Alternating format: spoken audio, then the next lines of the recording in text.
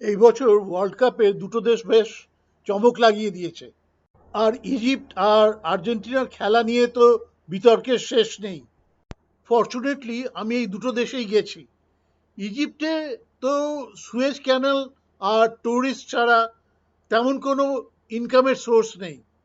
পপুলেশনও খুব বেশি নয়, 120 মিলিয়ন। তাও ওরা ওয়ার্ল্ড কাপ খেলছে।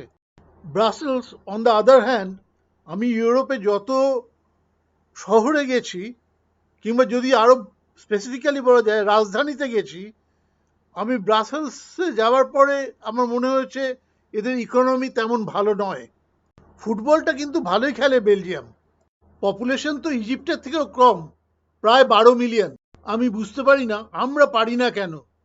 অবশ্য 1950 সালে আমরা একবার ডাক পেয়েছিলাম, কিন্তু যাইনি। আমরা তখন অলিম্পিকটাকে বেশি গুরুত্ব দিতাম। 1948-এ ইন্ডিয়া কোয়ার্টার ফাইনাল খেলেছিল অলিম্পিকে, ফ্রান্সের এগেনস্টে 2-1 গোলে হেরেছিল, কিন্তু ইন্ডিয়ান প্লেয়াররা সবাই খালি পায়ে খেলেছিল।